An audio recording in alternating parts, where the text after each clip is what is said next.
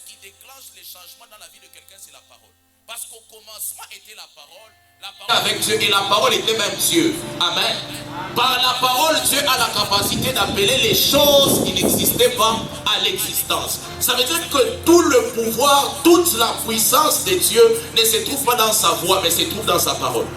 Parce que comme je vous ai dit, la parole est l'expression de pensée de quelqu'un. Lorsque tu veux exprimer ta pensée, donc tu fais quelque chose, les gens ne te comprennent pas, on va te dire quoi, c'est bon. Amen. Donc tu dois parler pour qu'on puisse comprendre qu'est-ce que tu veux faire. Lorsque Dieu a commencé avec le monde, Dieu ne parlait pas, mais Dieu avait une voix. Amen. Dieu est passé par Moïse. Moïse était la voix de Dieu. Élie était la voix de Dieu. Mais lorsque Dieu a vu que tellement que j'ai parlé par la voix, ils n'ont pas compris. Là maintenant, il faudrait que je puisse parler par la parole. Amen. Il faudrait que je puisse leur communiquer ma pensée. C'est comme ça que Jésus n'est pas venu comme la voix, mais comme étant la parole faite chair. Parce que Jésus n'était pas différent de Jean-Baptiste. Et tous parlaient de ce que Dieu les avait envoyés. Mais la grande différence que nous pouvons mettre dans leur mission, c'est quoi? Jean-Baptiste n'avait pas pour objectif de faire comprendre la pensée de Dieu. Mais Jésus est venu pour refléter qu'est-ce que Dieu attend de nous. C'est comme ça que lorsque tu reflètes ce que Dieu attend de toi, tu ne parles pas seulement, mais tu deviens toi-même la parole. Amen. C'est comme ça que Jésus était la parole faite chair, parce que toute la vie de Jésus, c'était simplement démontrer qu'est-ce que Dieu attend de nous. C'est ça ce qui a fait de Jésus la parole faite chair. Amen. Parfois nous chantons ça. Jésus-Christ est la parole faite chair, parce que simplement il exprimait la pensée de Dieu aux hommes. Mais lorsque on prend Moïse, on prend Élie, on prend Jean-Baptiste, ils n'étaient pas la parole faite chair, mais ils étaient la voix de Dieu qui était faite chair. J'aimerais dire à quelqu'un, il faudrait que nous puissions transiter dans une dimension où nous ne serons pas simplement la voix de Dieu, mais nous allons aussi devenir la parole de Dieu. C'est toi qui es là, tu peux dire à quelqu'un, non, la Bible a dit il ne faut pas voler, il ne faut pas faire ça. Lorsque toi tu es en train de dire, ce que tu dis n'est pas faux, mais toi-même tu ne le fais pas. Ce n'est pas la parole, c'est la voix. Amen. Ce n'est pas la parole, c'est la voix. Il n'y a aucune puissance dans la voix de Dieu, mais il y a une forte puissance dans la parole de Dieu. Je vais un peu reprendre ça. La voix de Dieu est limitée en puissance, mais la parole de Dieu a en elle toute la puissance nécessaire pour apporter les changements. Combien de gens aujourd'hui parlent des choses qu'ils ne vivent pas? Quelle est la différence aujourd'hui lorsqu'on prend deux hommes de Dieu, deux serviteurs de Dieu, on leur met devant quelqu'un qui est possédé. Et on dit, dites simplement au nom de Jésus sort. Les deux vont dire la même chose. D'ailleurs, celui qui a la voix de Dieu peut parler même plus que celui qui a la parole de Dieu. Mais lorsque un se lève et qu'il déclare quelque chose, la chose arrive. Tu vas te dire, est-ce qu'il y a une formule magique? Non, non. Qu'est-ce qui fait la différence entre quelqu'un lorsqu'il dit simplement Jésus, il y a quelque chose qui commence à arriver. Comment est-ce que lui, lorsqu'il parle de la part de Dieu, la chose arrive? Tu vas commencer à dire non, avant de parler, il dit toujours ça. Tu vas retenir toute sa phrase, tu n'auras jamais le même résultat. Parce que ce qui donne de l'impact au message de quelqu'un, c'est lorsqu'il ne parle pas simplement, mais il est en train de vivre ce qu'il dit. Amen. Ça veut dire qu'il incarne lui-même cette parole-là. Quelqu'un qui parle, qui est là en train de parler de Jésus, mais qui n'exprime pas la pensée de Dieu sur la terre, n'est pas une personne qui apporte la parole, mais est une personne qui apporte la voix de Dieu. Amen. C'est pourquoi j'aimerais dire à quelqu'un ceci. Le monde n'a pas besoin des gens qui ont la voix de Dieu. On a essayé cette méthode-là dans l'Ancien Testament pendant beaucoup de siècles, pendant beaucoup d'années. Ça n'a pas marché. Les gens ont échoué de suivre le Seigneur. Mais ce qui va apporter le changement dans notre génération, c'est lorsqu'il y aura des gens qui vont vivre les choses qu'ils sont en train de parler. La Bible déclare que Jésus avait donné un conseil très bien à ses disciples. Il a dit, ces pharisiens-là que vous voyez, avec la loi de Moïse, ils vous disent de ne pas, par exemple, voler, de ne pas faire ça, de ne pas prendre la femme de son prochain. Faites ce qu'ils vous disent, mais n'agissez pas comme ils agissent. Amen. Parce qu'ils ont la capacité de dire quelque chose qu'eux-mêmes ne font pas. Combien de chrétiens le font aujourd'hui? C'est toi qui dis non, Jésus est mort pour moi, Jésus a fait telle chose. Mais est-ce que ta vie exprime ce que Jésus a fait pour toi? Amen. Et c'est ça la différence entre la voix de Dieu et la parole de Dieu. J'aimerais vous dire ceci, le diable dans cette génération a installé un système dans lequel la plupart des serviteurs de Dieu ont la voix de Dieu. Mais peu de serviteurs de Dieu ont la parole de Dieu. Quand tu parles, on t'écoute, c'est très beau, tu as déjà retenu les versets en tête. Mais est-ce que les versets que tu as retenus, tu les pratiques? Amen. Est-ce que toutes ces phrases-là, quand tu me donnes, non, Jésus a dit ça, est-ce que c'est ta vie? Amen. Amen.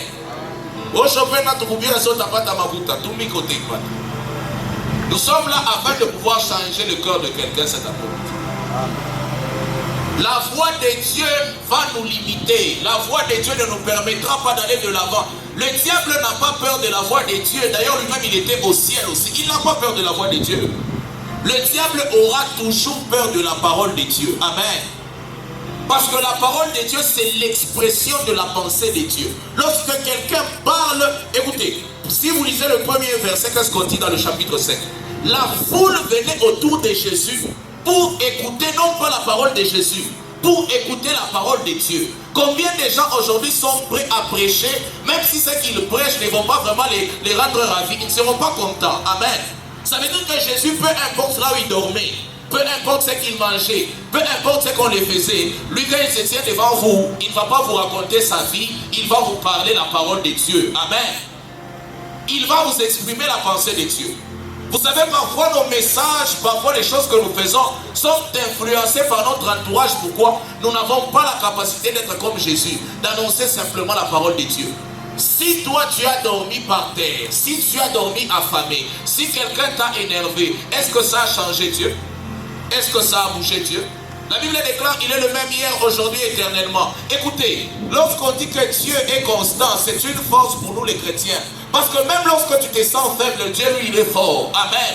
Même lorsque toi tu te sens que tu ne peux pas y arriver, j'aimerais te dire, Dieu ne marche pas dans tes sensations, Dieu ne marche pas dans tes émotions. Dieu est Dieu. Amen. Dieu est Dieu.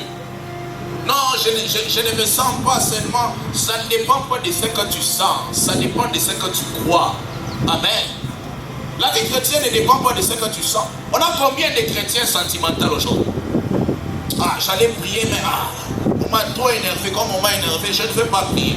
Que tu m'énerves, que tu ne m'énerves pas, je prie. Amen. Non, j'allais prier, j'ai faim. Je n'ai pas mangé, donc je ne peux pas prier. Que je mange, que je ne mange pas, je prie. Parce que ma prière ne dépend pas de ce que je sens, mais ma prière dépend de ce que je crois. La Bible déclare qu'il faudrait que celui qui s'approche de Dieu, croit que Dieu existe. 2, qu'il est le rémunérateur de ceux qui le cherchent. C'est un principe que tu dois affamer ou rassasier. Cette loi-là ne va jamais changer. Amen. C'est comme ça que nous ne devons pas être des chrétiens qui sont en train de vivre par sentiment et par sensation. Le diable est en train de nous vaincre dans cette dimension. Parce que lorsque nous devenons des chrétiens superficiels, nous perdons la parole de Dieu, mais nous avons la voix de Dieu. Combien de gens ont la voix de Dieu aujourd'hui? Même nous tous là où nous sommes ici, il suffit que j'ouvre un verset de la Bible. Si tu vas commencer à chanter ça partout dans ton quartier, c'est la voix de Dieu que tu es en train de diffuser. Amen. J'aimerais un peu parler, même je vais ouvrir une parenthèse. Il y a une différence entre un témoin et un témoignage. Amen. La parole de Dieu ne te rend pas témoin. La parole de Dieu te rend témoignage. Amen. Est-ce que je peux m'expliquer? Les disciples ont passé 3 ans avec Jésus. Ils dormaient parfois avec Jésus. Ils mangeaient avec Jésus. 3 ans, tu passes ton temps avec quelqu'un. Il y a des gens aujourd'hui qui sont peut-être venus ensemble, ou bien tu connais quelqu'un. Ça fait par exemple 1 année, 2 ans, mais tu le connais assez bien. Est-ce que si je te dis, viens me parler d'abord de cette personne, n'est-ce pas, tu auras trop facile, tu vas me dire, celui-là il s'appelle comme ça, son père s'appelle comme ça, sa mère, tu vas me parler de cette personne-là. Mais pourquoi est-ce que Jésus, après avoir passé 3 ans avec ses disciples, les dit, ne partez pas parler de Jésus. Ne partez pas parler de moi. Vous n'êtes pas encore prêts. Allez-y d'abord dans la chambre haute. Pourquoi? Vous étiez avec moi. Vous mangez avec moi. Vous dormez avec moi.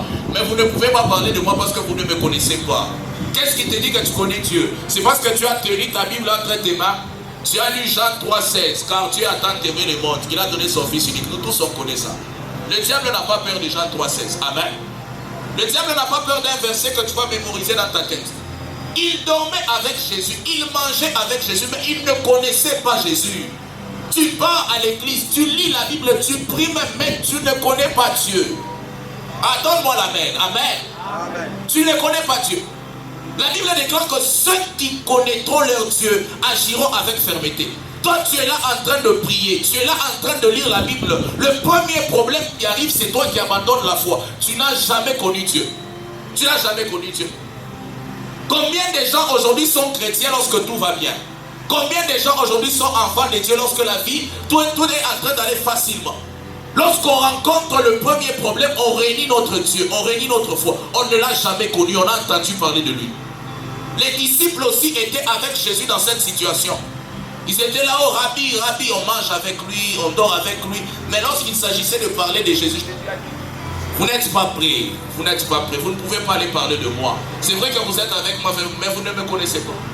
Combien de gens sont venus avec leur Bible aujourd'hui? Si tu viens, aide-moi un peu à balancer ta main.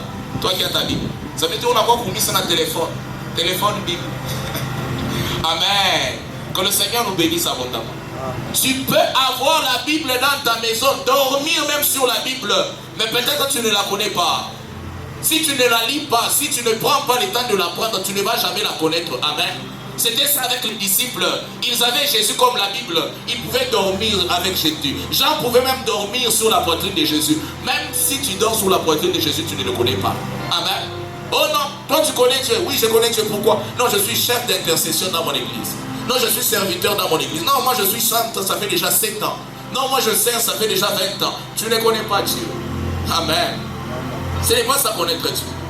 Connaître Dieu, ce n'est pas une question de temps, c'est une question de volonté. Amen. Paul a commencé le ministère après tout le monde, mais il a fait plus que tout le monde. Parce qu'il connaissait mieux Jésus que ceux qui dormaient avec Jésus. Paul connaissait mieux Jésus que Jacques. Paul connaissait même mieux Jésus que Pierre. Pierre qui était avec Jésus, Jacques qui dormait avec Jésus. Paul n'a jamais été avec Jésus qu'une fois, lorsque Jésus était apparu. Mais Paul a connu Jésus plus que toutes ces personnes-là. Pourquoi est-ce que Paul connaissait Jésus mais les autres ne le connaissaient pas? Parce qu'on ne connaît pas Dieu par habitude mais par révélation. Amen. On connaît Dieu par révélation. Combien de gens aujourd'hui seront prêts à aller pour dire Seigneur, je ne te connais pas? Parfois il faut dire ça à Dieu. Seigneur, montre-moi vraiment qui tu es, je ne te connais pas. Les disciples étaient là lorsqu'ils étaient prêts, ils se sont dit prêts pour aller parler de Jésus. Jésus les a dit, allez-y un peu à la chambre, dans la chambre haute là. Allez-y un peu à Jérusalem, jusqu'à ce que c'est que le Père aura promis, l'Esprit de vérité, le Consolateur. Qu'est-ce qu'il fera? Il témoignera de moi en vous. Et après, vous témoignerez de moi. Tu ne peux pas connaître Dieu si le Saint-Esprit ne t'a pas fait connaître Dieu. Amen. On ne connaît pas Dieu parce qu'on vient à l'église. On connaît Dieu parce qu'on a développé une relation personnelle avec l'Esprit de Dieu. Amen. Les termes ici, Esprit de Dieu, ça trouble un peu les temps. Amen. J'aimerais expliquer quelque chose. C'est comme toi, comme tu es là, tu as un corps, tu as aussi un esprit. Maintenant, c'est comme si moi, mon corps n'est plus là, mais mon esprit est là. Tu vas échouer de me connaître. Tu vas me connaître. Maintenant, Dieu nous a envoyé son esprit afin que nous puissions le connaître. Il y a des païens aujourd'hui, tu vas faire l'évangélisation et dire, ah, ceux qui étaient dans le temps de Jésus, ils n'étaient pas intelligents. Moi, si j'étais dans le temps de Jésus, j'allais me convertir depuis longtemps. J'allais le voir, j'allais le toucher. C'est une fausse excuse. Amen. Il y a des gens qui ont vu le miracle de Jésus extraordinaire qui ne se sont pas convertis. Il y a des gens qui ont vu Jésus marcher sur l'eau, ils ne se sont pas convertis. D'ailleurs, il y a des gens, même si quelqu'un a déjà pris la décision de te renier, peu importe ce que tu vas faire, il ne va jamais accepter. J'ai même quelqu'un qui avait l'habitude de dire Jésus a marché sur l'eau. Vous ne savez pas que l'eau a 3 états. Peut-être que c'était glacé. Quand quelqu'un est incrédule, il va même dire que tu as marché sur l'eau parce que tu ne sais pas nager. Il va toujours chercher une raison pour dire que ce que tu fais c'est faux. Amen. C'est comme ça que j'aimerais dire à quelqu'un, si nous voulons connaître Dieu, nous devons incarner la parole de Dieu. Amen. Arrêtons de commencer à servir Dieu dans la dimension de la voix de Dieu. Servons le Seigneur dans la dimension de la parole de Dieu. Amen. Ah, tu es encore trop bas. Amen. Est-ce que tu peux me donner un très bon amen? Est-ce qu'il y a quelqu'un qui comprend un peu ce que je dis cet après-midi? Comme j'ai dit, je ne prêche pas encore. Je suis en train juste de mettre mes bases. Je vais prêcher demain. Amen. C'est cette différence qu'on peut faire entre la voix et la parole de Dieu. J'aimerais un peu vous donner encore un autre sujet de différence entre la voix de Dieu et la parole de Dieu. La voix est constituée de sons, mais la parole est constituée des mots. Amen. Ça veut dire que lorsqu'on parle de la voix, La voix, ce sont des sons qu'on est en train de faire sortir. Amen. C'est ça. Lorsque quelqu'un a une voix, il fait sortir des sons. Mais lorsque quelqu'un a une parole, il ne fait pas sortir des sons. Il fait sortir des mots. Il exprime une idée. Amen. Lorsque tu prends ta Bible, tu l'ouvres, Dieu a tant aimé les mondes. Ce n'est pas ça d'abord premièrement la parole de Dieu, ça c'est la voix de Dieu. Parce que ce n'est qu'un son. Tu ne comprends pas ce que tu dis. Tu ne connais pas quelle est la pensée qui est connectée à ce texte-là. Ça veut dire que pour parler, il faudrait être connecté à la pensée qui a inspiré l'écriture. Amen. Et aujourd'hui, nous sommes en train d'exploiter notre grand thème qui dit sur ta parole, j'ai jeté le filet. Je ne vais pas toucher mon thème, mais j'aimerais vous parler d'abord sur ta parole. Ça veut dire que nous avons aujourd'hui des problèmes, nous avons aujourd'hui des besoins. Nous sommes en train de passer par plusieurs moments difficiles. Mais est-ce que nous savons que Dieu veut que nous puissions réussir autant que nous-mêmes? Est-ce que nous sommes conscients que Dieu veut que nous puissions sortir de cette situation-là autant que nous-mêmes? La prière de plusieurs chrétiens, ce sont des prières qui sont en train de refléter l'incrédulité. Quelqu'un qui est en train de prier, Seigneur, s'il te plaît, guéris-moi un peu. Seigneur, s'il te plaît, donne-moi un peu l'argent. Mais tu n'as pas lu dans ta Bible qu'il a été écrit, il faudrait que mes brebis puissent avoir la vie et la vie en abondance. Ce n'est pas une question de mendier quelque chose devant Dieu. C'est question simplement de saisir la chose que Dieu veut nous donner. Dieu veut que tu puisses prospérer. Dieu veut que tu puisses aller de l'avant. Toi aussi tu veux aller de l'avant, mais tu ne réussis pas. Pourquoi? Il y a quelque chose que toi tu n'as pas compris. Amen. Il y a des gens qui vont te dire non, mina chunga paka Mungu. Mina muchunga paka Mungu. Mungu est atteint tout mina muchunga. J'aimerais te dire, pendant que toi tu attends Dieu, c'est Dieu qui t'attend. Parce que depuis la croix, il a été dit, tout a été accompli. Qui attend qui? Amen. Non, nous attendons le temps de Dieu. Le temps de Dieu est arrivé avant que tu puisses mettre un pied sur cette terre. Amen. Le temps de Dieu est déjà là. Amen. Le Seigneur veut que tu puisses aller de l'avant. Dans ton travail, le Seigneur veut que tu puisses travailler. Dans tes études, le Seigneur veut que tu puisses réussir. Je pensais que tu allais me donner un amen. Je disais, le Seigneur veut que tu puisses réussir. Le Seigneur veut que tu puisses prospérer. Mais tu n'arrives pas à prospérer. Pourquoi? Parce que entre toi et Dieu, il y a la pensée de Dieu. Tu veux prospérer. Dieu veut que tu prospères. Maintenant, le problème, c'est comment prospérer. Amen. Tu veux travailler. Dieu veut aussi que tu travailles. Maintenant, le problème, c'est comment est-ce que je vais travailler. Tu veux réussir. Dieu veut aussi que tu puisses réussir. Maintenant, le problème, c'est comment est-ce que je veux réussir. C'est là où il y a tout cet écart entre nous et Dieu. La Bible déclare, autant que les cieux sont éloignés de la terre, autant nos pensées sont éloignées des pensées de Dieu. Mungu est tellement acquis sana que tu ne peux pas les comprendre s'il ne vient pas t'expliquer. S'il ne t'explique pas, tu ne vas jamais comprendre. Amen. Il faudrait que Dieu puisse venir t'expliquer que je veux que tu travailles. Tu veux travailler. Je veux que tu te maries. Tu veux te marier. Je veux que tu réussisses. Tu veux réussir.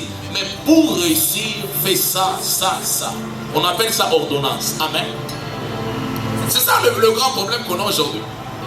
Combien de gens ont reçu une ordonnance de Dieu dans ce qu'ils sont en train de faire? Non, mina pas ta mambo koule minenda bibambe.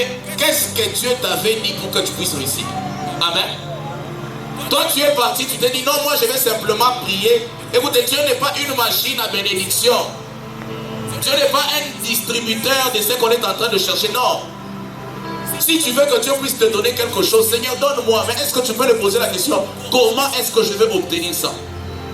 Amen. Et c'est là où on a besoin d'une révélation. Le Seigneur doit te dire de quelle façon est-ce que tu dois marcher. Lorsque tu iras là-bas, tu feras ça. Tu diras ça. Moïse était très intelligent. Moïse était très intelligent. Moïse, le pays est entre... Moïse était plus intelligent que Josué. Amen. Moïse était plus intelligent que Josué. Moïse, le pays est entre ses mains. Les gens viennent dire à Moïse, Moïse, le pays est libre. On peut simplement entrer, on s'empare du pays. Tout le peuple est là déjà en train de louer, de célébrer. On dit à Moïse, Moïse, on entre simplement. Moïse donne une réponse que nous devons apprendre à donner. Moïse dit, si Dieu n'entre pas, je n'entre pas. Amen. Si tu n'entres pas, je n'entre pas aussi. Combien de gens peuvent être là? Tu es en train de chercher du travail. On t'appelle, on te dit, mon cher, on a un travail ici. Combien de gens sont capables de dire, ok, je viens, je vais vous répondre. Il entre d'abord en prière. Et Dieu te dit, non, ne pars pas. Est-ce que tu ne vas pas partir? Est-ce que tu es prêt à obéir à la parole de Dieu pour rater ce que tu étais en train de chercher? Amen. Et j'ai l'impression que quand je dis ça, plusieurs personnes ne veulent pas répondre. Oui, c'est ça le problème de ta vie. Est-ce que tu es prêt à placer Dieu au-dessus de ton exaucement? C'est ça que Dieu avait fait à Abraham. Abraham ne pouvait pas être le père de la foi comme ça. Abraham a servi Dieu. Mais Abraham, est-ce qu'entre Dieu et Isaac, sinon si l'histoire d'Abraham s'était finie comme ça, on allait dire quoi? Abraham n'a pas servi Dieu parce qu'il aimait Dieu. Abraham a servi Dieu parce qu'il avait besoin d'un enfant. Amen. Si l'histoire d'Abraham s'était finie, ça allait être ça. Abraham n'a pas servi Dieu parce qu'il aime Dieu. Mais Abraham a servi Dieu parce qu'il cherchait un enfant. Dieu a cassé cela. Dieu a dit à Abraham, prends ton fils, ton unique, va me l'offrir. Abraham, sans demander pourquoi, est parti. Ah, si simplement toi, tu dis, Seigneur, j'ai cherché un travail il y a 2 ans, on m'a appelé, Dieu te dit non. Première question, pourquoi? Examen, Dieu, tu dois répondre à 10 questions. Pendant 1 heure, je te laisse le temps, réponds et puis après je vais venir corriger. Si ça me va, tu as réussi. Mais si ça ne me va pas, je pars au travail. On met Dieu en examen. Est-ce que tu es prêt à laisser ton exaucement pour suivre Dieu? Et c'est pour toi, c'est pour cela que tu pries, tu n'es pas exaucé. C'est pour cela que tu cherches Dieu, tu vas prier. Tu n'as pas encore prié, tu vas prier. Tu vas prier ce qui est vrai. Mais tant que tu n'as pas encore fait ça, tu n'auras jamais d'exaucement. Parce que Dieu ne répond que dans la dimension de notre foi. Maintenant, si toi dans ta foi, il y a d'abord le travail, après le travail vient Dieu. Amen. Si toi dans ta foi, il y a d'abord la réussite. J'aimerais même m'adresser à un finaliste. Nous avons la prière des finalistes aussi. Ça veut dire que ouais, ma somme, on a mis parce qu'on finaliste. Ou t'as pour fois après 6e. On ne croit pas à Dieu pour avoir les diplômes. Amen. Lorsque tu vas dire à Dieu, Seigneur, même si j'échoue, je vais prier. Même si j'échoue, je vais te servir. C'est lorsque Dieu va te faire réussir. Non, on a tout mon 6e, Jota combat. Dans combat depuis coulé, tu as diplôme, on a ta combat. J'aimerais dire à quelqu'un, tant que tu n'as pas encore placé Dieu au-dessus de ce que tu cherches, tu n'es pas prêt de l'obtenir. Place Dieu au-dessus de ta requête. Place Dieu au-dessus de ton besoin. Combien de gens sont prêts à le faire? Amen. Ah, j'aime ça. Je sens que ce message est en train d'entrer, ça entre bien. Même si tu ne me donnes pas la main, je vais me dire même amen moi-même, mais ça doit entrer ce soir. Ça doit entrer ce soir. Est-ce que tu es prêt à dire, Seigneur, je veux telle chose, mais même si tu ne me le donnes pas, tu resteras toujours mon seul et unique Seigneur. Quand Dieu ne te donne pas, tu vas avoir un féticheur. Non, je suis malade. Lorsque tu étais malade, premier réflexe, le médicament. Deuxième réflexe, tu vas d'abord voir un guérisseur magique. Et puis dès que tu as vu que partout là-bas ça ne marche pas,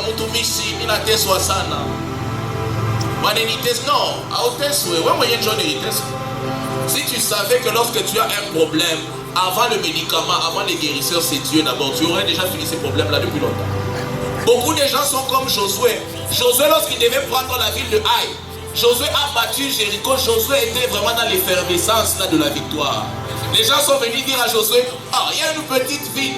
On a battu Jéricho, la ville avec des grands murs. Il y a une toute petite ville, d'ailleurs nous sommes plus nombreux qu'eux. N'envoie pas tout le monde. Donc ça ne nécessite même pas tout le monde. Envoie simplement une partie du peuple qu'ils partent combattre. On n'a pas besoin d'aller tous. Josué, sans consulter Dieu, envoie les gens pour aller se battre.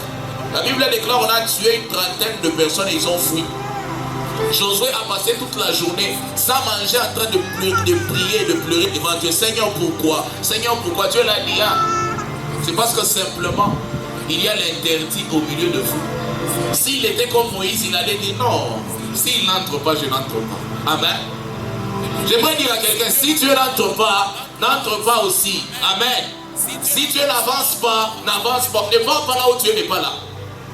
Ne conduis pas le Saint-Esprit, sois conduit par le Saint-Esprit. Ne conduis pas Dieu, laisse Dieu te conduire. Toi tu veux travailler, mais Dieu ne veut pas que tu travailles. Amen. Toi tu veux ça maintenant, est-ce que Dieu lui veut te donner ça maintenant? Amen.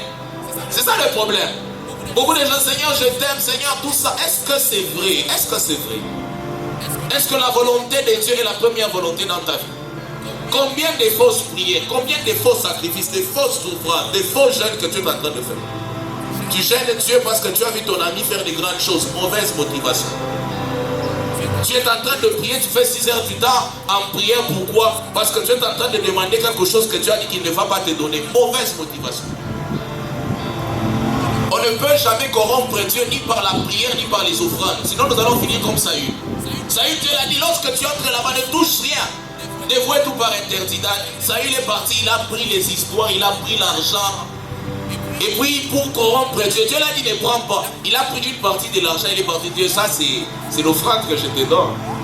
Quand même, malgré quand même mon offrande, l'argent que j'ai pris, je t'ai donné aussi une partie.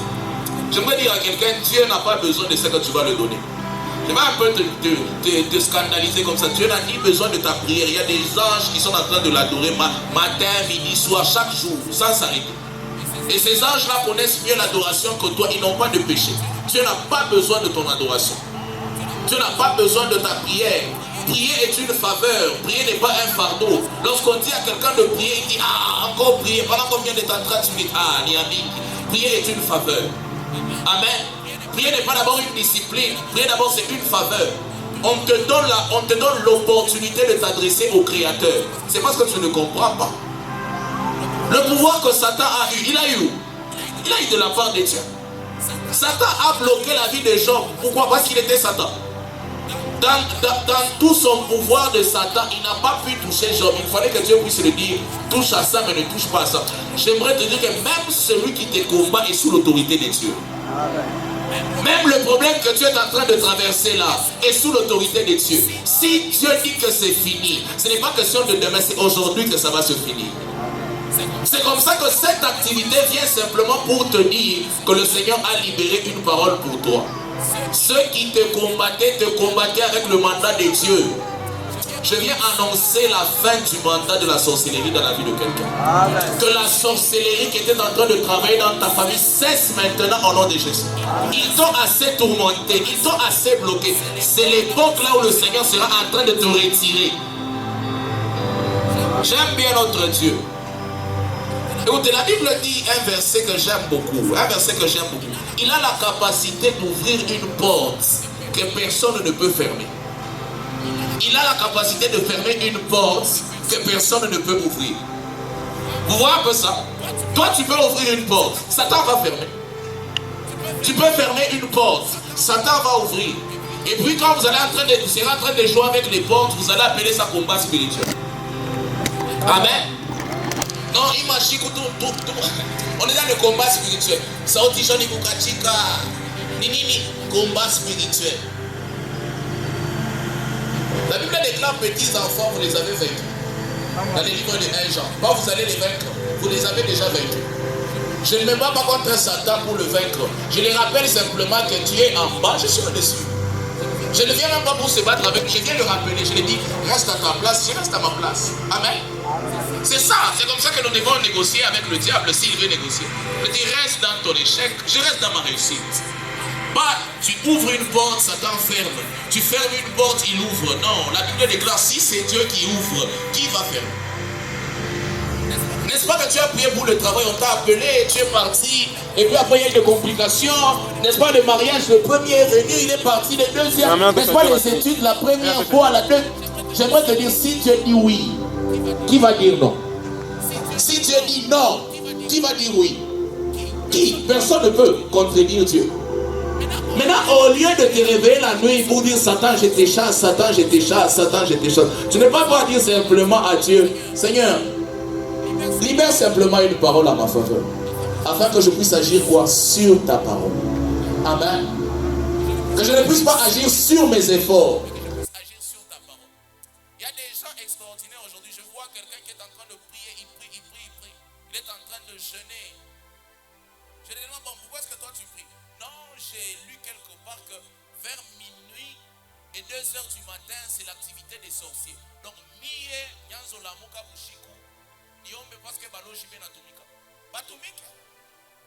lorsque tu avais une année, ils ne travaillaient pas. Lorsque tu n'étais pas encore chrétien, ils ne travaillaient pas. Ils n'ont pas pu te tuer lorsque tu étais païen. Ils vont venir te tuer lorsque tu es devenu chrétien. Sois un peu plus conscient que ça. Et nous appelons ça devenir des chrétiens spirituels. Excusez-moi, c'est être stupide spirituel. Lorsque tu es obligé de... Donc, c'est-à-dire de rester, tu appelles ça même discipline. Ce n'est pas une discipline. Tu pries parce que tu as peur.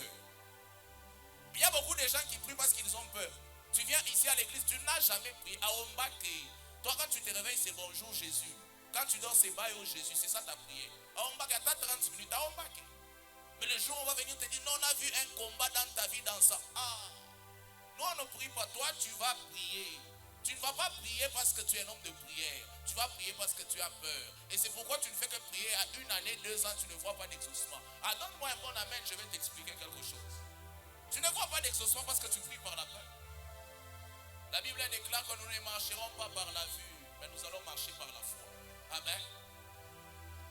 Je crois que je ne suis pas plus fort que Satan.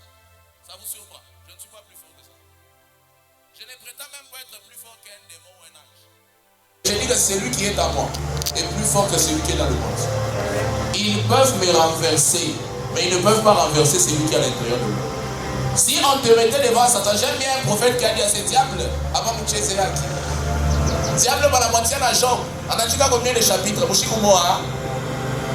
En Anchika.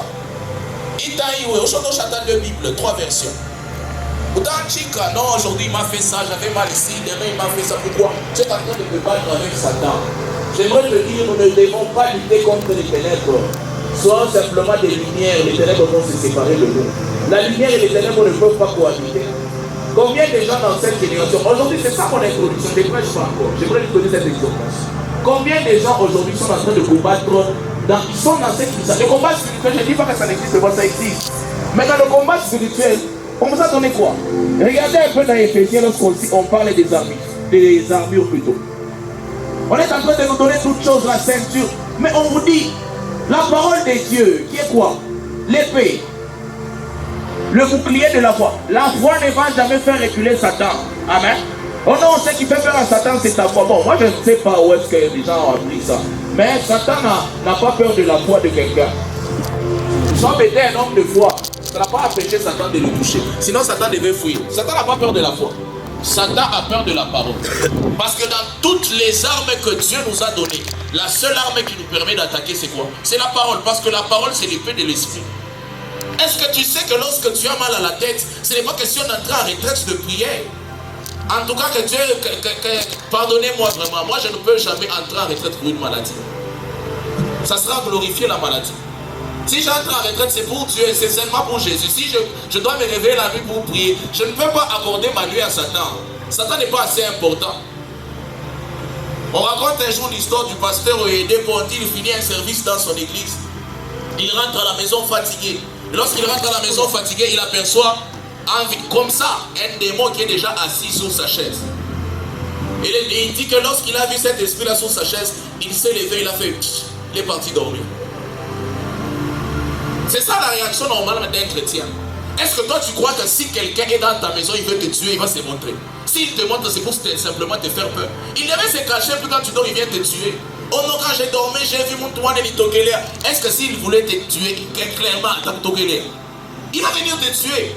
Il n'a pas la force de te tuer, c'est pourquoi il est en train de te faire peur. Sortons des limites de la peur, c'est là où le diable nous a déjà emprisonnés. Le diable n'a pas de force, mais il est un très bon menteur qu'il est en train de nous emprisonner dans ce qu'on appelle l'illusion. Beaucoup de chrétiens sont dans l'illusion. Et tant que tu pries dans l'illusion, tu n'iras jamais de l'avant. Parce que toi, ta prière, c'est ce que tu vois. Tu es un serviteur de Dieu, quelqu'un vient et te dit j'ai mal à la tête. Ah, tombe, mon goût. Non, est-ce que c'est vrai? Est-ce que vraiment c'est le problème de la tête? Tu es déjà parti voler la chose de quelqu'un, on a iba. Et puis tu viens me dire que je prie pour ta... Va remettre, ça va partir. Koudisha, quelle est réellement la source de ton problème? Est-ce que la source de ton problème, c'est ce que tu vois? Est-ce que la source des difficultés que tu es en train de traverser, c'est ce que tu vois? Pose-toi cette question. Que tu ne puisses pas prier Dieu, servir Dieu par tes yeux, mais marche par la foi. Ce que l'œil n'a pas vu, ce que l'oreille n'a pas entendu, c'est là où nous devons commencer à servir Dieu. Ne sois pas un chrétien lorsque nous sommes en train de parler comme ça, tu dis, ah, si le Saint-Esprit était descendu, le Saint-Esprit est déjà descendu. Amen. Le Saint-Esprit est déjà descendu, c'est toi qui ne vois pas. Toi, lorsque le Saint-Esprit descend, c'est lorsque tu vois les gens en train d'être remplis du Saint-Esprit. La Bible dit que lorsque Jésus avait soufflé sur ses disciples, ils n'étaient pas agités, mais ils avaient reçu le Saint-Esprit. Je crois que ce soir, ici, en quittant de ce lieu, quelqu'un sera en train de sortir de l'illusion du diable. Tu as beaucoup prié, tu as beaucoup cherché, mais le diable t'a déjà mis dans l'illusion. Je prie que le Seigneur te retire de là au nom de Jésus. Que tu ne puisses pas servir Dieu selon ce que tu sens, selon ce que tu vis, mais selon ce que tu crois. Amen. Même si je ne me sens pas bien, même si je sens que la tête me fait mal, je sens que j'ai mal au ventre, on m'annonce même à l'hôpital qu'il ne me reste que 2 semaines à vivre. Je vais ouvrir ma Bible, je vais rappeler à Satan que par les meurtrissures de Jésus, j'ai été guéri. Je ne veux pas vivre selon ce que je sens, mais je veux vivre selon ce que moi j'ai cru. Amen. C'est ça normalement la vie d'un enfant de Dieu. Un enfant de Dieu doit vivre selon ce qu'il croit. Et aujourd'hui nous avons beaucoup de prophètes comme ça. Vous savez, un faux prophète simplement. Quand on dit que Dieu, quand on nous a signalé par Dieu, par ses apôtres, que dans les derniers temps il y aura beaucoup de faux prophètes. On a faux prophètes, on a quoi par exemple? Le diable l'envoie simplement pour venir te dire que non, lorsque tu dors, il y a des esprits qui tournent autour de ta maison et puis c'est limite par là. Et toi tu pars avec l'information qu'il y a des esprits qui tournent autour de ta maison. Qu'est-ce que tu fais? Chaque jour tu entres dans la maison là-bas, même si tu n'es pas, tu entres avec la chanson de Fali. Mais ces jours-là, j'aimerais vous dire que le diable peut jeter la peur sur plusieurs personnes, même ici à l'église. Moi je n'aime pas les gens qui veulent me faire peur. Je n'aime pas. Je vais finir par ceci avant de passer à autre chose. J'aimerais parler de la foi réaliste. Amen. La foi n'efface pas la réalité, mais la foi dépasse la réalité. Amen. Lorsque par exemple tu es là, tu as mal à la tête, tu te dis non, je n'ai pas mal à la tête par les meurtrissures de Jésus, j'ai été guéri. Tu n'as pas la foi, tu es un menteur, tu as mal à la tête. Amen. Lorsqu'on t'a dit par les médecins que tu souffres de telle maladie, tu dis non, moi je n'ai pas cette maladie-là. Toi tu crois que c'est ça la foi. Ce n'est pas la foi, tu es menteur, tu as la maladie. Parce que la foi ne nie pas la réalité. Toi tu crois que le médecin là qui est là-bas, surtout s'il a étudié à Uninou, il a fait combien d'années pour pouvoir te soigner? Il sait de quoi il parle. Amen. Il sait de quoi il parle. Il te parle dans la dimension de la réalité. Mais la foi n'efface pas la réalité. La foi est censée dépasser la réalité.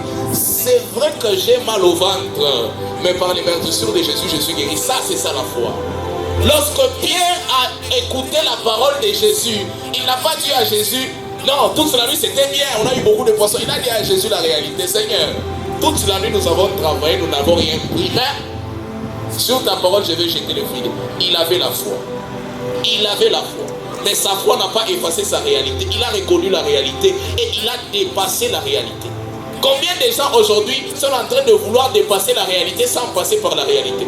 Tu ne peux pas dépasser quelque chose par quoi tu n'es pas passé. C'est vrai que le diable a déjà bloqué mes études, mais la Bible déclare que tout celui qui se lèvera contre toi tombera sous ton pouvoir. Oh non frère, minona mu famille akope konkambo mo risemaka assez amutenda ka kumbele. OK. C'est vrai qu'on a déjà dit dans notre famille qu'on n'ira pas de l'avant, mais toute langue qui va se lever en justice contre moi, je vais la condamner au nom de Jésus. C'est ça la foi. Amen. C'est ça la foi. Et c'est ce que nous devons avoir en tant qu'enfants de Dieu. C'est ce que nous devons avoir en tant qu'enfants de Dieu. Analyse un peu ton problème. Ne le nie pas, c'est ton problème. Ce n'est pas mon problème. Prends ton problème, prends-le. Prends ton problème, prends ta réalité. Seigneur, ça fait autant d'années que je n'ai pas ça. Mais je crois que par toi, je l'aurai. C'est ça la foi. On vient te demander, tout va bien. Oui, ça va. Ça ne va pas. Ça ne va pas chez Tani. Ça fait des années, mais tu vois que tout va bien. Ça ne va pas. La foi doit apprendre à reconnaître la réalité. Ce qui a permis à Pierre d'expérimenter la même puissance de Dieu, c'est parce que Pierre a reconnu la réalité. Mais il ne s'est pas limité à la réalité. Il a dépassé la réalité par la vérité. Amen. Combien de gens aujourd'hui seront prêts à dépasser les réalités pour entrer dans une dimension de vérité? Je prie que le Seigneur te donne la capacité de le faire au nom de Jésus. Amen. Je disais, je prie que le Seigneur te donne la capacité de le faire au nom de Jésus. Amen. Que tu ne sois pas un chrétien qui est en train de nier cela. Non, ça va, non, oui, tout va bien. Tout ne va pas bien, mais avec Jésus, ça ira mieux. Amen. Amen. C'est vrai que je n'ai pas de quoi manger, je n'ai pas de quoi me vêtir. Et la Bible me dit, ne vous inquiétez de rien. Donc, par Jésus, ça va. Tu reconnais d'abord la réalité et puis tu dépasses ta réalité. C'est ce que Pierre avait fait. Toute la nuit, nous avons travaillé. Certaines personnes interprètent mal ça. Non, Pierre n'avait pas la foi. Pierre était un incrédule. Pierre n'était pas incrédule. Pierre était l'homme qui avait la foi parmi tout le monde. Parce que Pierre a dit à Jésus, nous avons travaillé toute la nuit, nous n'avons rien récolté. Mais sur ta parole, moi je veux jeter le filet. Amen. La foi n'efface pas la réalité. Le problème avec toi, c'est que tu pries, tu penses que Dieu ne voit pas. Dieu voit le problème que tu traverses. Mais Dieu ne veut pas que tu puisses venir faire un spectacle devant lui. Tu es là, tu as passé toute la journée, il y a eu des problèmes, des difficultés. Lorsque tu arrives dans la présence de Dieu, Seigneur, merci parce que tout va bien. Si c'est par la foi, amen. Mais si tu essayes de prendre un problème que tu as, tu refuses de le présenter devant Dieu, tu es en train de te tuer. Combien de gens aujourd'hui ont commencé des vies de prière? Combien de gens ont commencé des vies de discipline, des vies de consécration? Mais après un certain moment, ils se sont fatigués. Pourquoi? Ils n'étaient jamais sincères devant Dieu. La sincérité est le chemin de la foi. Il n'existe pas de foi sans sincérité. Pourquoi ne pas dire à Dieu, Seigneur, je veux prier, mais je ne peux pas. Je veux, mais je ne peux pas. Amen.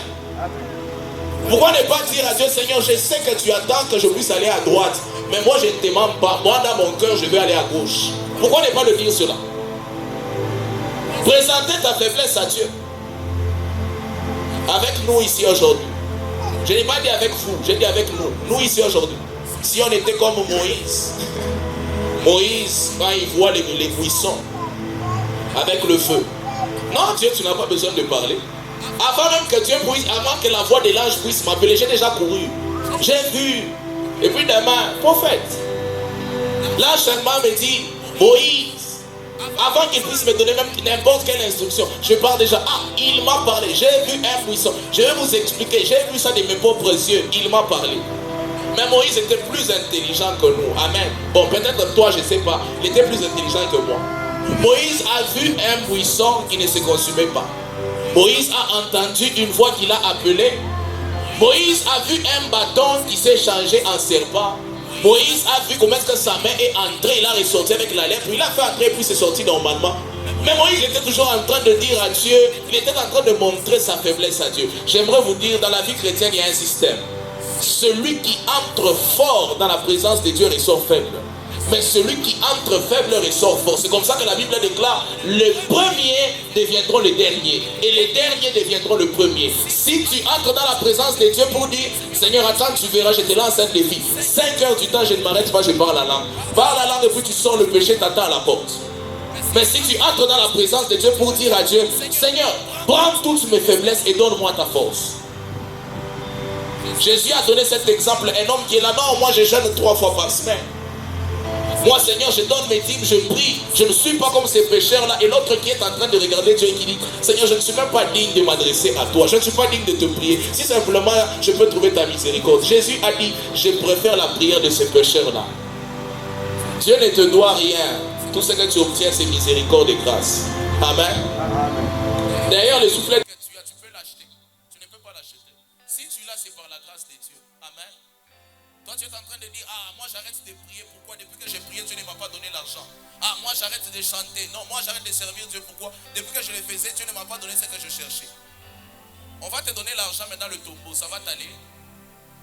La grâce de la vie est plus importante que tout ce que nous avons déjà. Amen. Aide-moi pas à lever une main là au-dessus. Est-ce que tu peux dire avec moi, Jésus? Ah, est-ce que tu peux bien dire avec moi, Jésus? Merci pour le souffle de vie. Juste ça, que le Seigneur nous bénisse à moi. Même si je me réveille le matin, hier c'était compliqué. Bon, Seigneur, merci pour le souffle de vie. Bill Gates peut acheter la nourriture, il peut acheter les vêtements, il peut acheter des jets privés. Il ne peut jamais acheter la vie. Je sais que beaucoup de gens n'ont pas. J'ai la vie et pas simplement la vie en abondance. Donc la vie éternelle.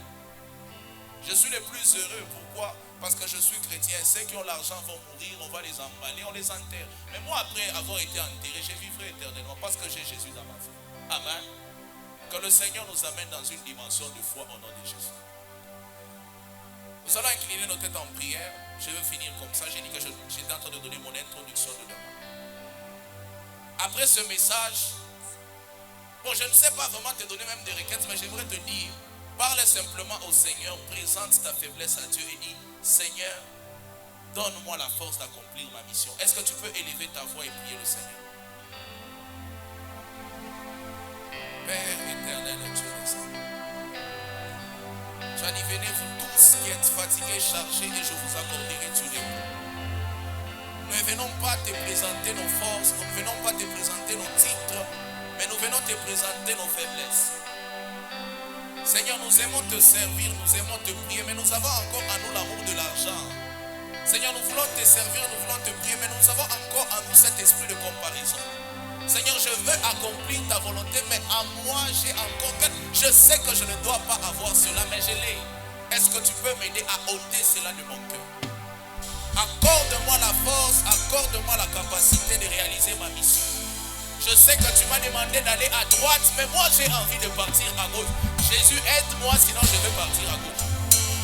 Tu as dit, je mettrai en vous mon esprit, je vous accorderai la capacité de respecter mes ordonnances et mes commandements. Seigneur, donne-moi cette force que tu as donnée à Pierre. Pierre qui t'a régné, le même Pierre qui t'a régné était capable de te confesser avec foi. Je veux le même esprit de force. Non pas par ma force, non pas par ma puissance, mais par l'esprit de Dieu. Accorde-moi la capacité d'aller au-delà des limites de mon corps, d'aller au-delà des limites de ma chair, d'aller au-delà des limites de ma famille. Faites de moi, éternel Dieu des armées, un homme qui ira au-dessus de ce que l'âme ressent, de ce que la chair ressent. Que je ne marche pas par la chair, mais que je marche par l'esprit. Père éternel, aide-moi juste à incliner ta tête en prière, je vais faire cette prière. En tout cas, moi je vais la faire du fond de mon cœur avec toute sincérité. Ce n'est pas parce qu'on crie que c'est une bonne prière, mais c'est parce qu'il y a un cri qui sort de nos cœurs que c'est une bonne prière. Aide-moi juste à incliner ta tête en prière. Père éternel, Dieu des armées, nous voici tous réunis devant toi cet après-midi encore.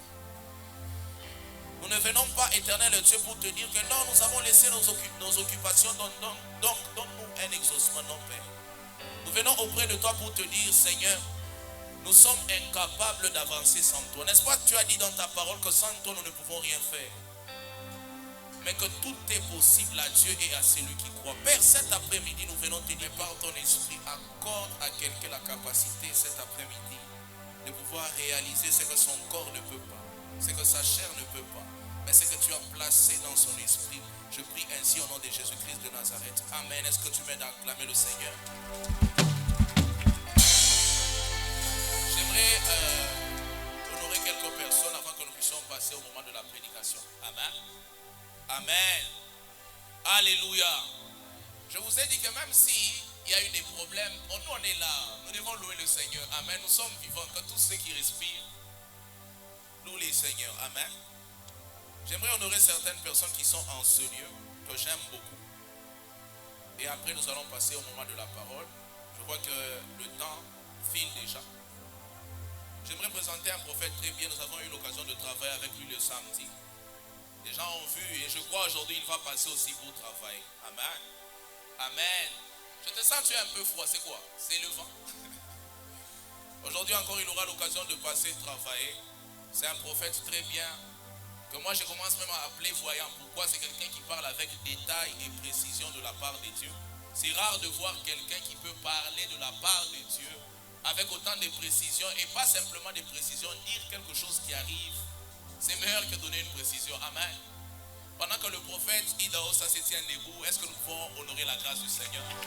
Très content. Vous allez m'excuser, je n'ai pas la liste de tous les invités d'honneur, mais je vais quand même honorer tout le monde.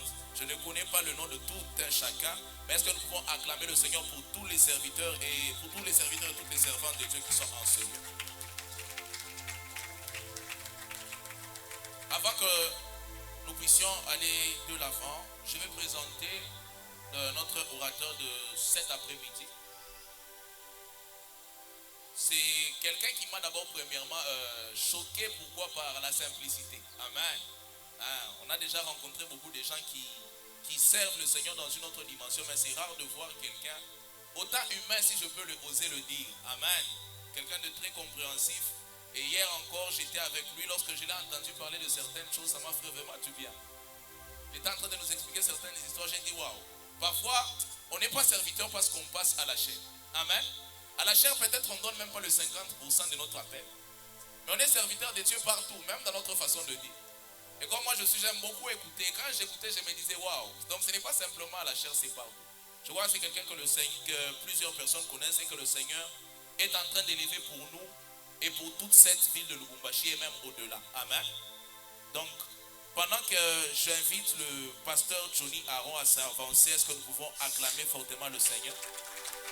Est-ce que tu peux bien acclamer le Seigneur? Est-ce que tu peux bien acclamer le Seigneur? Est-ce que tu peux célébrer Dieu? Est-ce que tu peux bien encourager notre invité? Gloire au Seigneur. Alléluia. Alors je suis très heureux de partager cette soirée avec vous. Et Dieu ne fait rien au hasard. Et ce climat ou cette atmosphère n'est pas là au hasard. Dieu fait toutes choses avec un but. Et je suis très heureux que Dieu ait organisé les temps et les circonstances afin que ce jour soit et que cette soirée ait lieu. Je voudrais que nous puissions honorer le Seigneur dans ce froid en acclamant très fort.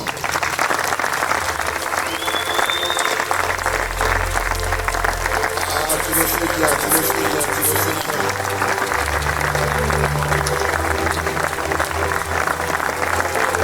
Oh, honorons le Seigneur, soyons nous l'honorer.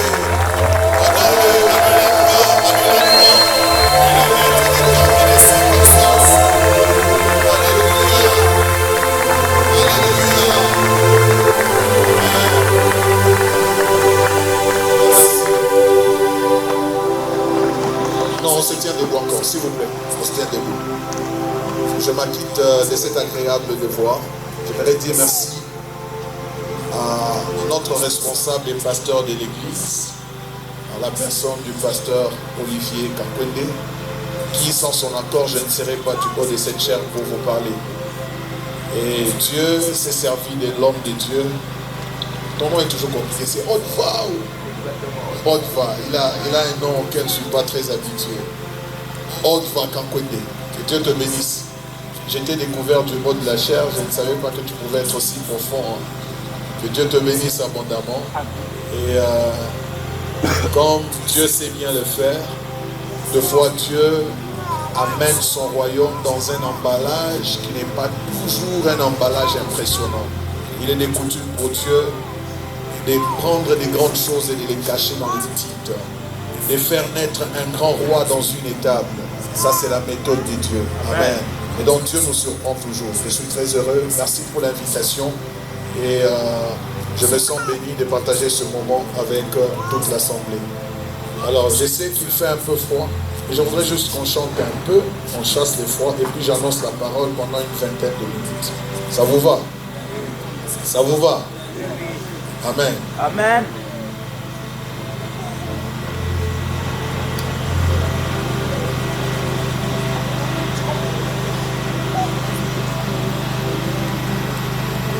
Alors, on chasse le froid en louant. Mais en même temps, on loue. Hein? On loue, mais en même temps, on chasse le froid. Amen. Amen. Amen. Amen.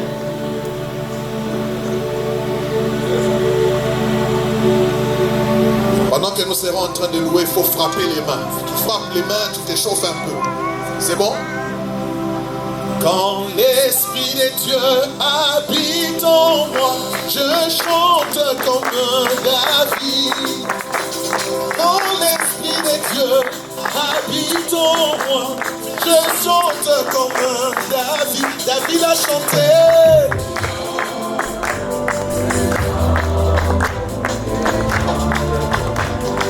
David a chanté. Je chante. On répond. Quand l'Esprit de Dieu habite en moi, je chante comme David. Quand l'Esprit de Dieu habite en moi, je chante comme David. David a chanté. Je chante comme David. David a chanté. Je chante comme David. Quand l'Esprit de Dieu habite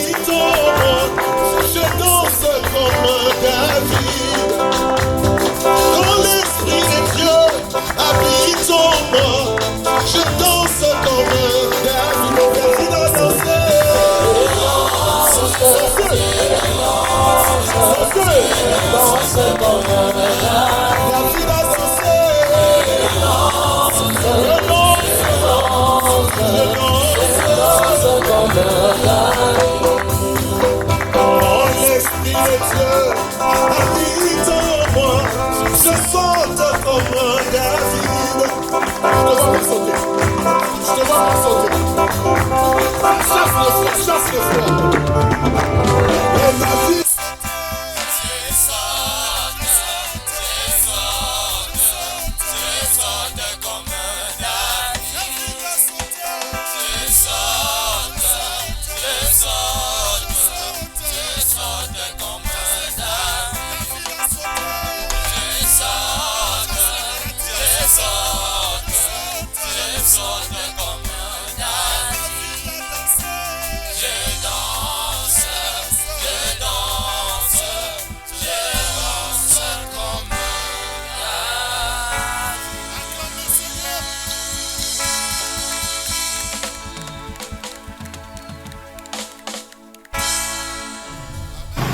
Luc chapitre 5, je vais lire du premier verset jusqu'au 8e.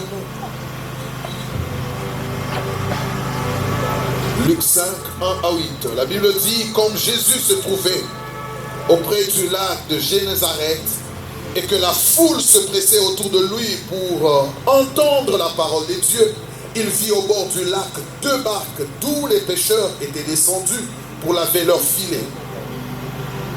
Il monta dans l'une de ces barques qui était à Simon, et il le pria de s'éloigner un peu de terre, puis il s'assit, et de la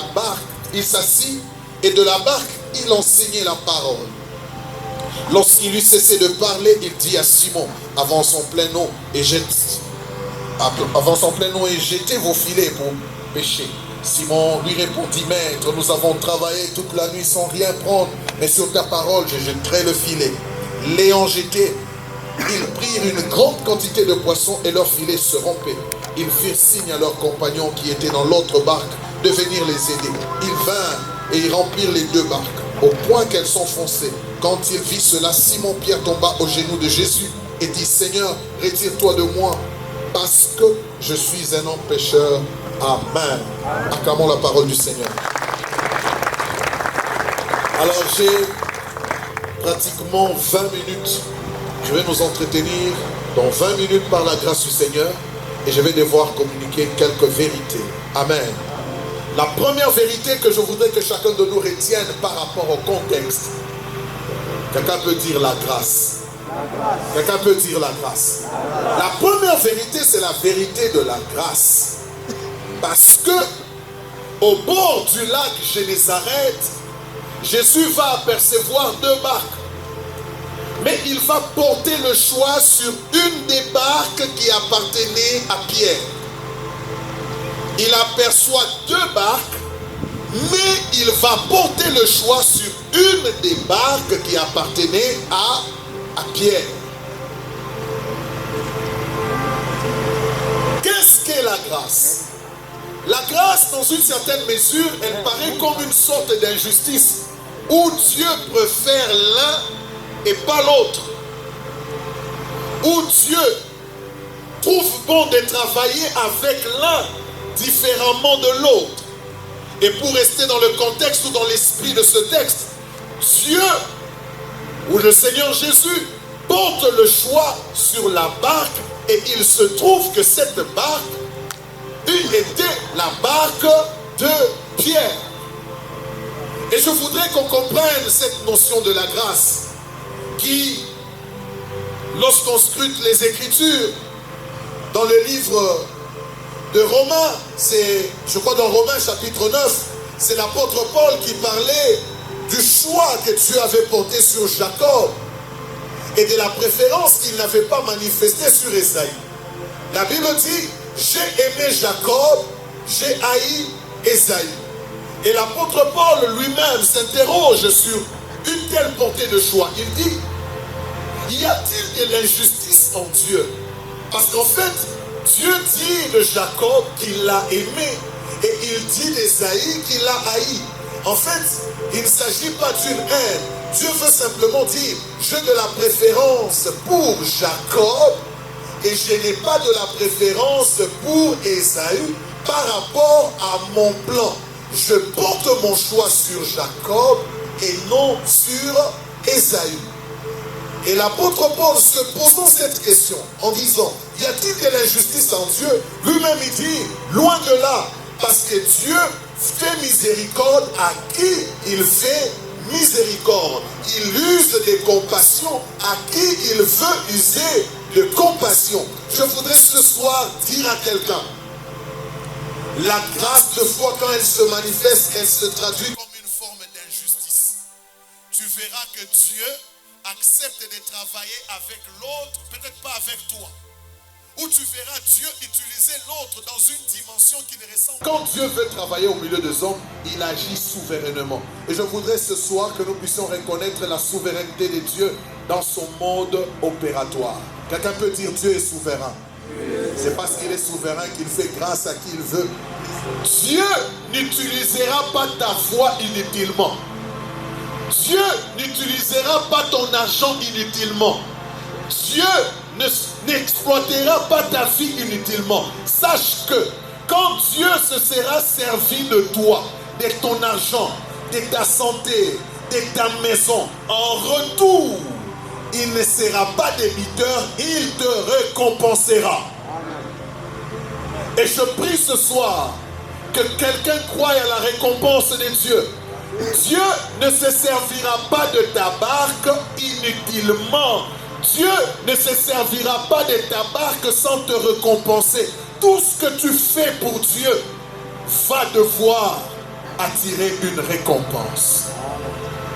Tout ce que tu fais pour Dieu, en chantant, en priant, en balayant, en arrangeant les chaises, tout ce que tu fais pour Dieu ne sera jamais vain. Tout ce que tu fais pour Dieu obligera Dieu à te récompenser. Vous savez pourquoi Jésus a dit à Pierre, jetez vos filets, parce que l'heure de la récompense avait sonné pour Pierre. Après qu'il ait utilisé sa barque, Jésus savait que ce même Pierre est dans le besoin. Je ne peux pas utiliser sa barque. Il y a le bénéfice pour le royaume, mais en retour, cet homme reste dans le besoin. J'aimerais le dire à quelqu'un, le temps que il bénira vos eaux, il bénira votre pain.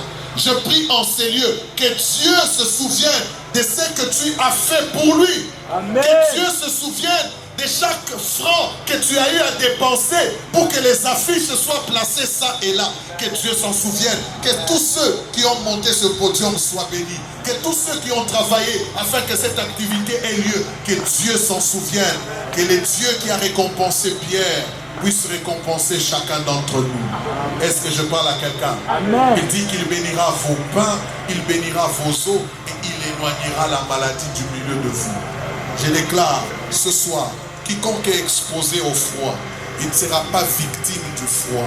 Il recevra la récompense de Dieu. Ce travail n'est pas vain. Soyez fermes et inébranlables, sachant que l'œuvre que nous faisons pour Dieu ne sera jamais vain, a dit l'apôtre Paul. Amen. Dieu ne peut pas se servir de ta barque. Le Seigneur Jésus ne se servira jamais de ta barque sans te récompenser. Les hommes peuvent accuser des arriérés de paiement, mais notre Dieu est un véritable boss, un bon patron. Il a dit dans les livres de Job, de qui suis-je débiteur? Je le payerai parce que le monde m'appartient. Tout est à Dieu. S'il veut bien te payer en te donnant une voiture, il te donnera une voiture. Dis, je recevrai la récompense de Dieu. Je parle à tout celui qui s'est engagé à organiser ses assises. J'aimerais te dire, même si le pasteur ne te connaît pas, Dieu te connaît. Tu recevras la récompense de Dieu. Est-ce que je parle à quelqu'un? J'aimerais clôturer par ces deux points. Il y a de rentabilité dans cette affaire. Après qu'il ait travaillé toute la nuit, il avait une conclusion, l'échec. Mais quand la parole de Dieu lui a été donnée, quand la parole de Christ lui a été donnée en disant, jette ton filet en ta parole. J'aimerais dire à quelqu'un, les hommes sont bons conseillers parce qu'ils ont l'expérience de la vie. Après être passés par tel ou tel autre événement, on suppose qu'ils ont tiré des leçons et des conclusions, qu'ils peuvent devenir des bons conseillers. Moi qui vous parle, je suis parrain de plusieurs couples. Pourquoi? Parce qu'ils me font confiance, disant, le pasteur Johnny Aron, comme il a autant d'années de mariage, j'en compte combien? Je me suis marié en 2006. C'est que ça fait combien? Ça fait combien? C'est lui qui fait des bons calculs. 19 ans. Ça fait, et il a vu des choses. Effectivement, j'ai des conseils à leur donner pour avoir vécu des choses et pour avoir vu des choses. Les hommes deviennent bons conseillers, des donneurs de leçons après qu'ils aient expérimenté un certain nombre de choses. Mais j'aimerais nous dire ce soir, aucune leçon de la vie ne peut prendre la place de la parole de Dieu. Aucune conclusion d'un conseiller, qui qu'il soit, ne prendra la place de la parole de Dieu. Le choix est clair. Tu choisiras qui? Dieu ou le sage du coin? J'aimerais dire à quelqu'un, n'est pas toujours vrai. La vérité reste la parole de Dieu. Est-ce que je parle à quelqu'un?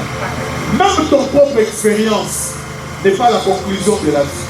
C'est ce que Dieu a dit, il reste la vérité de la vie.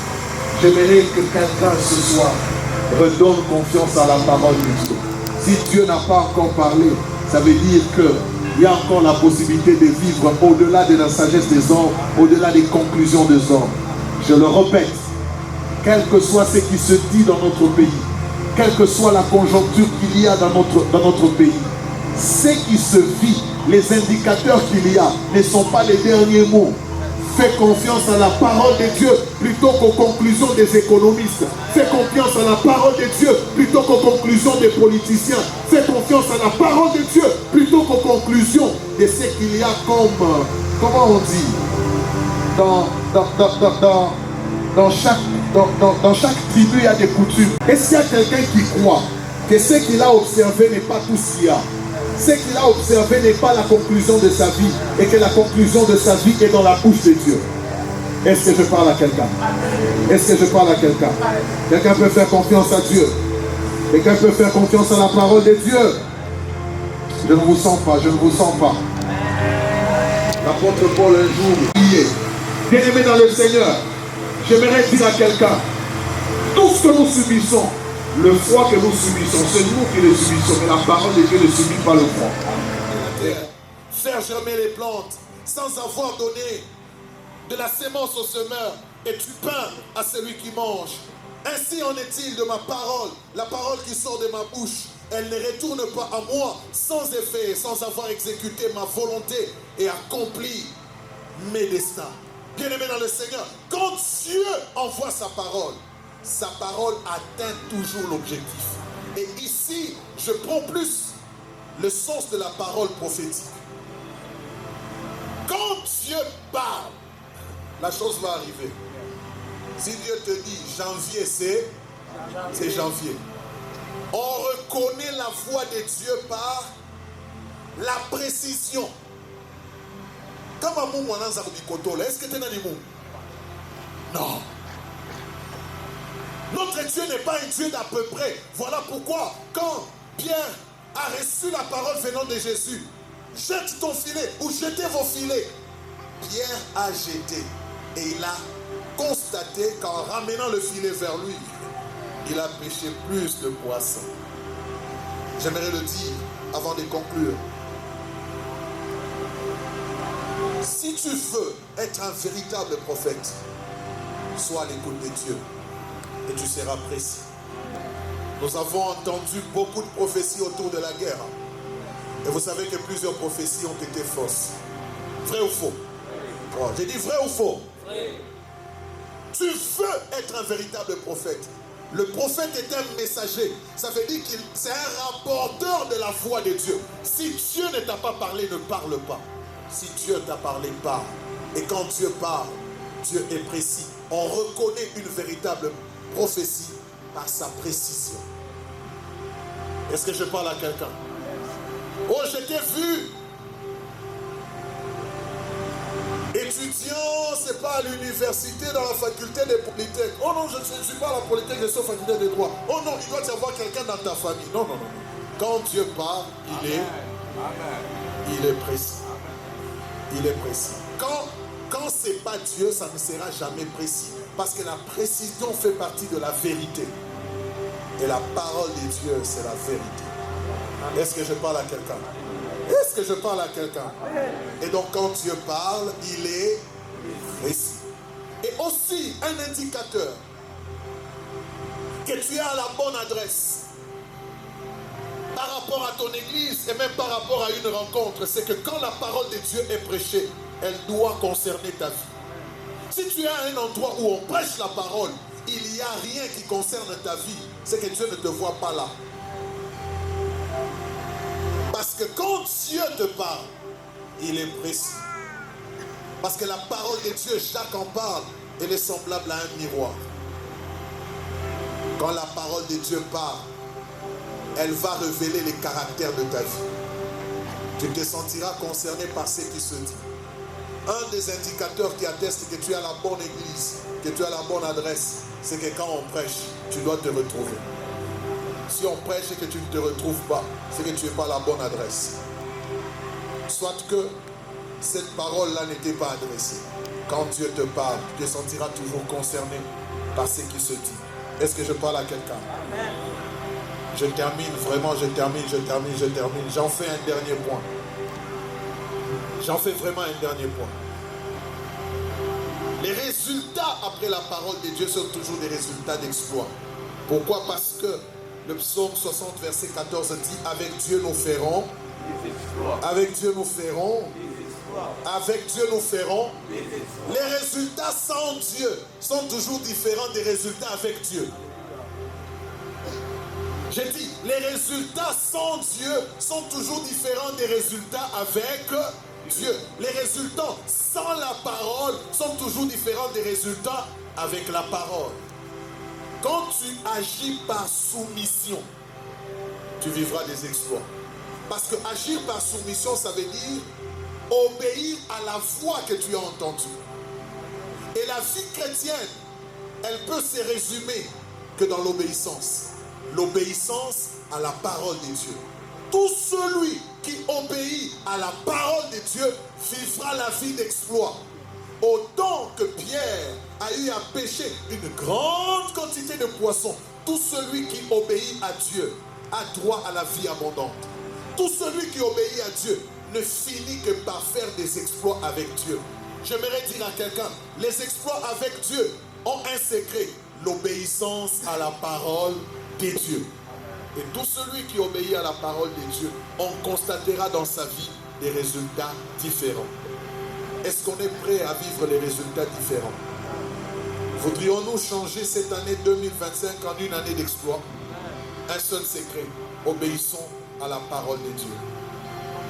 Je termine par cet exemple, surtout que je vois beaucoup de jeunes. La plupart de filles que j'ai rencontrées et à qui j'ai donné des conseils, la plupart ont raté leur mariage. Ils ont encaissé le retard par rapport à leur mariage parce qu'elles ont cru qu'en se livrant aux hommes, elles vont gagner les cœurs des hommes. J'aimerais le dire, le diable est un menteur. L'obéissance à la voix du diable ne t'amènera pas dans ta destinée en aucun jour. En aucun jour. Désobéir à Dieu ne peut pas t'amener à la réussite. La réussite, c'est quand tu restes sur le chemin de Dieu. Et bizarrement, une des sœurs que j'ai eu à conseiller, la toute dernière, elle a été manipulée par un président des jeunes, qui dans leur relation, ce jeune ne lui parlait que de sexe, alors que c'est un président des jeunes chrétiens. Et la sœur faisant confiance au frère, elle ne pouvait pas s'imaginer qu'un tel frère, avec un tel niveau de responsabilité, tel pouvait être son langage, tel pouvait être son attitude. J'aimerais le dire, en levant ma main, j'aimerais dire à quelqu'un, c'est quand on fait la volonté de Dieu qu'on obtient le meilleur. C'est quand on se soumet à la voix de Dieu qu'on obtient le meilleur. Toute voix qui te sort de la volonté de Dieu ne te conduira jamais au meilleur. Le premier témoin, c'est Ève. En obéissant à la voix du serpent, elle te dira que toute la chute de la race humaine est due au fait qu'elle a obéi à la voix du serpent plutôt qu'à la voix de Dieu. Si tu obéis à la voix de Dieu, quel que soit ce que ça peut te coûter, sache que l'issue sera favorable. L'issue sera le sourire. L'issue sera la joie. Et je prie ce soir que Dieu élève un peuple prêt à se soumettre à la voix du Seigneur. On va se tenir debout.